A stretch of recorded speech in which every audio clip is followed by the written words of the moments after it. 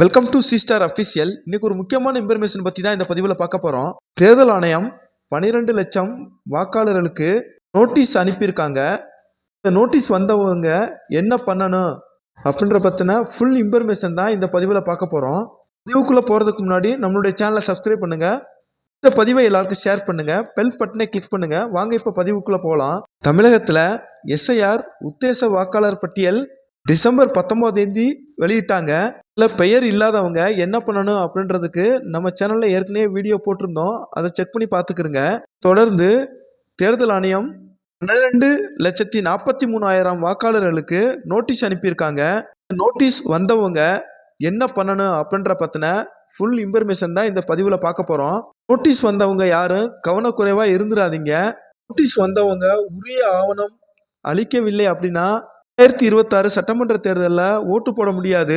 தமிழகத்தில் மட்டும் 12,43,000 பேருக்கு இந்த நோட்டீஸ் அனுப்பியிருக்காங்க. டிஸ்ட்ரிக்டில் எவ்வளோ பேருக்கு அனுப்பியிருக்காங்க அப்படின்ற டீட்டெயிலும் கொடுத்துருக்காங்க.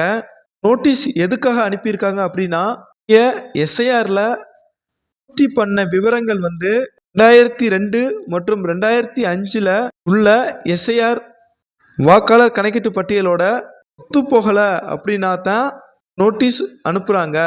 அதாவது நீங்கள் இப்போ கடைசியாக ஃபில் பண்ணி கொடுத்த ஃபார்மு எனவே 2002 2005 உங்களுடைய டீட்டெயில்ஸும் மிஸ்மேட்ச் ஆச்சு அப்படின்னா மட்டும்தான் உங்களுக்கு நோட்டீஸ் அனுப்புகிறாங்க.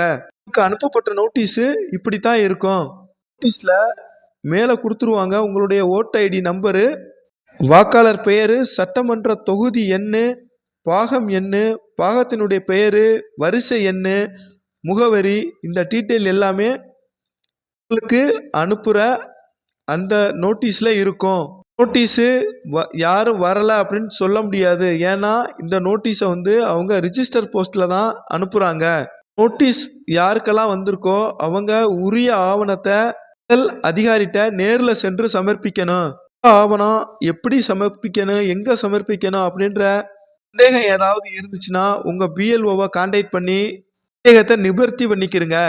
நோட்டீஸ்லேயே ஆவணத்தை எந்த தேதிக்குள்ள எத்தனை மணிக்குள்ள நீங்க சப்மிட் பண்ணணும் அப்படின்ற டீட்டெயில்ஸும் கொடுத்துருக்காங்க. நீங்க என்னென்ன ஆவணங்களை சமர்ப்பிக்க முடியும் அப்படின்றத தெளிவா கொடுத்துருக்காங்க. ஆதார ஒரு ஆவணமா நீங்க சமர்ப்பிக்க முடியாது அப்படின்றதையும் தெளிவா கொடுத்துட்டாங்க.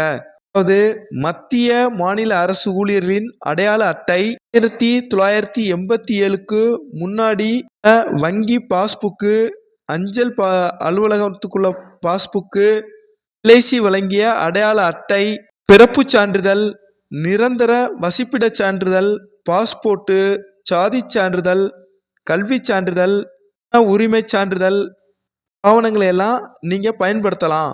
நிரந்தர வசிப்பிட சான்றிதழ் ஆன்லைன் மூலமா அப்ளை பண்ணி வாங்க கால தாமதம் ஆச்சு அப்படின்னா டெப்டிக் தாசில்தார் இல்லை ஜோனல் டெப்டிக் தாசில்தார்கிட்ட வசிப்பிட சான்றிதழுக்கான ஃபார்ம் இருக்கும். உங்கள்கிட்ட நேரில் சென்றும் நீங்கள் இந்த நிரந்தர வசிப்பிட சான்றிதழை வாங்கி இந்த தேர்தல் ஆணையத்துக்கிட்ட சப்மிட் பண்ணலாம். இந்த நோட்டீஸ் வந்தவங்க உரிய ஆவணத்தை உரிய காலத்திற்குள் செலுத்தினா மட்டும்தான் பிப்ரவரி 17 வெளியிடுற வாக்காளர் கணக்கீட்டு பட்டியலில் உங்களுடைய பெயர் இடம்பெறும்.